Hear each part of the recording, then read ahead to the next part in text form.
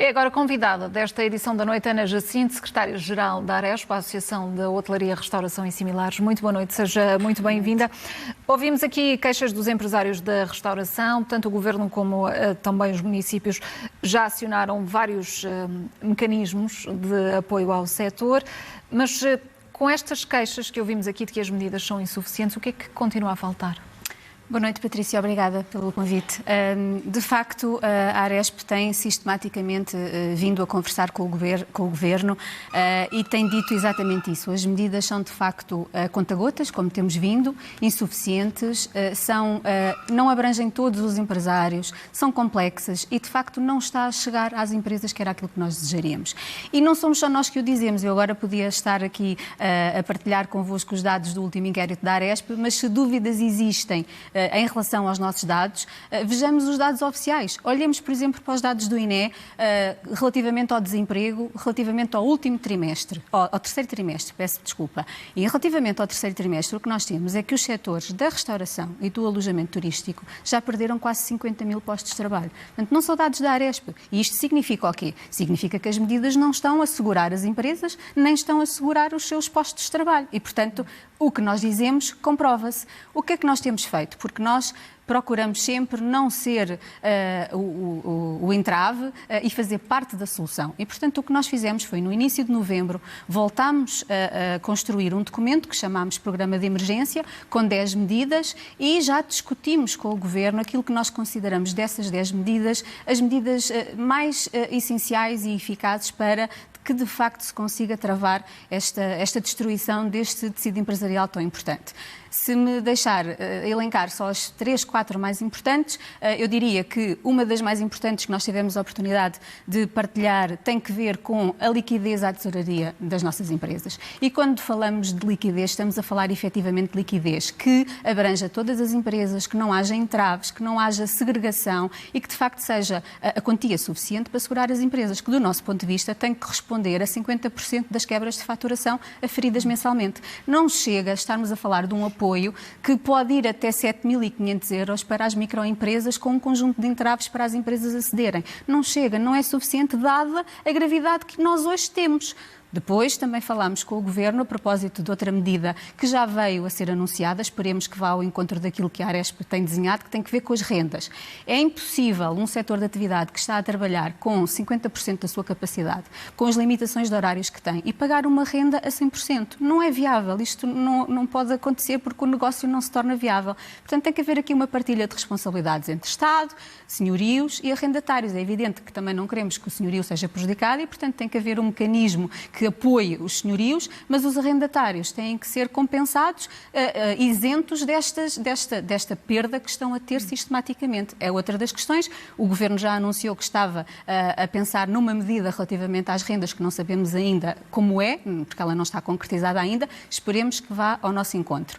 Depois também temos uma outra medida importante que tem que ver com a manutenção dos postos de trabalho. Do nosso ponto de vista, não é a retoma progressiva. Aliás, se olharmos para os números das empresas que recorreram à retoma progressiva no início de novembro, nós estamos a falar de um universo nos nossos setores de cerca de 14 mil empresas. Portanto, não é nada, significa que o mecanismo não está a funcionar. E já vamos aprofundar aqui algumas das ajudas em concreto e das vossas estimativas. Para já, Ana Jacinto, permita-me conversa com a nossa convidada, Ana Jacinto. E relativamente a estas ajudas, em concreto no que diz respeito ao programa Apoiar, a Aresp alertou para o facto de não ser acessível a pelo menos 58% do setor da restauração. Porquê e como é que chegaram a estes cálculos nesta fase? Bom, Patrícia, a questão é que a medida, obviamente, que é positiva. Tudo o que possa apoiar as empresas é bem-vindo. A questão é que segrega muitos das nossas empresas e dos nossos empresários. Como é que chegamos a esse cálculo? A medida só se aplica a quem tiver contabilidade organizada. 58% das nossas empresas são empresários em nome individual. E, em regra, estes empresários em nome individual estão no regime simplificado e não têm contabilidade organizada. Portanto, logo à partida, se não é 58%, anda lá muito perto, ficam excluídos do apoio. E por isso é que eu digo que as medidas têm que ser universais para que, de facto, estes setores possam ser apoiados. Medidas destas, é evidente que é uma medida positiva. Não posso dizer que a medida não seja bem-vinda. Não vai funcionar e não vai ter a eficácia que nós desejaríamos. E visto que o impacto é distinto em cada um dos setores, em cada uma das áreas, mas se nos concentrarmos neste momento na restauração, vai ter mais 6 dias de redução significativa do horário de trabalho, os fins de semana e os feriados. O negócio fica limitado ao takeaway ou às entregas ao domicílio.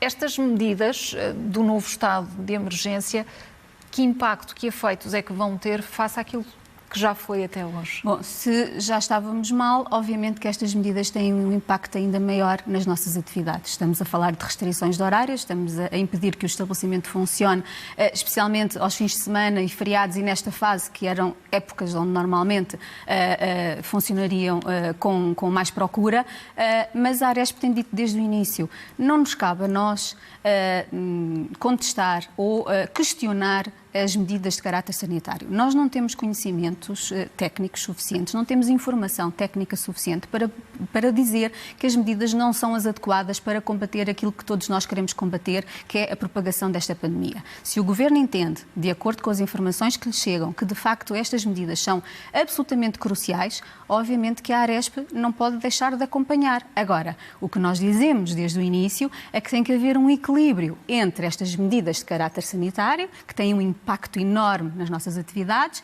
e os apoios económicos. E é este equilíbrio que percebemos que não é fácil de se fazer, porque os recursos também não são inesgotáveis, mas temos que encontrar soluções que permitam tentar fazer este equilíbrio sob pena de estarmos a destruir setores de atividade que representam 400 mil postos de trabalho diretos, fora todas as outras atividades. Tem dado esse contributo? Tem dado sistematicamente os nossos contributos. Ainda a semana passada tivemos uma reunião com os senhores secretários de Estado, quer do Comércio, quer do Turismo, e procuramos sempre encontrar soluções em conjunto que possam, de facto, ser eficazes. Mas já são 9 meses, é muito tempo, Patrícia, não é? E são 9 meses, não se esqueça que nós temos atividades que continuam totalmente encerradas, estamos a falar destas que ainda vão abrindo, mas os bares e as discotecas estão totalmente encerrados quase há 9 meses. E porque foca esse ponto, assistimos a mais uma manifestação do chamado movimento Sobreviver a Pão e Água, juntou centenas de pessoas da restauração, das discotecas, dos eventos, enfim.